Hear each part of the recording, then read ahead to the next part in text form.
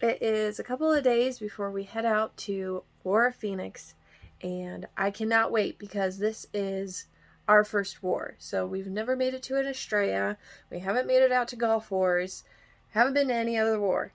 So we're really excited to actually pack up the RV today and get ready to head out Tuesday morning. And it's one of those moments where you're like, did I pack everything? Do I have it? Am I going to be warm enough? So we like it's like the number one thing I'm worried about. I'm like, do I have all my rapier gear? Do I have all my swords?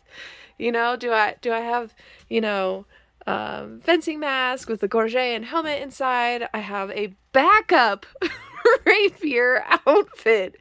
Like, I'm already anxious.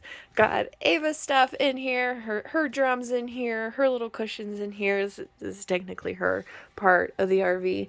And here is like, things that we're going to pull out first. So we have our canvas tent that we're going to set up in camp.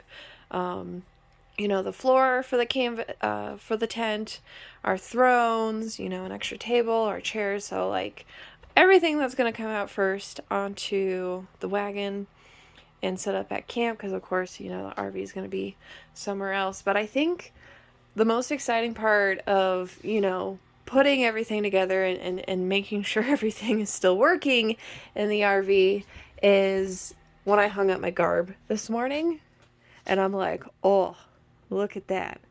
A year's worth of garb making. And I'm so excited. I have all my tops, I have my bottoms, I have like ding-dings that I wear up here, and you can never have enough swords. And then this guy, you're like, oh, what's in that cute bag? Repair. Everything to make garb repairs, whether I'm repairing my garb or my husband's garb, because we know we're gonna be using heavy stuff on this. I got it. I got my needle nose pliers are in there, my special needles are in there, a sewing project is in here in case I get bored.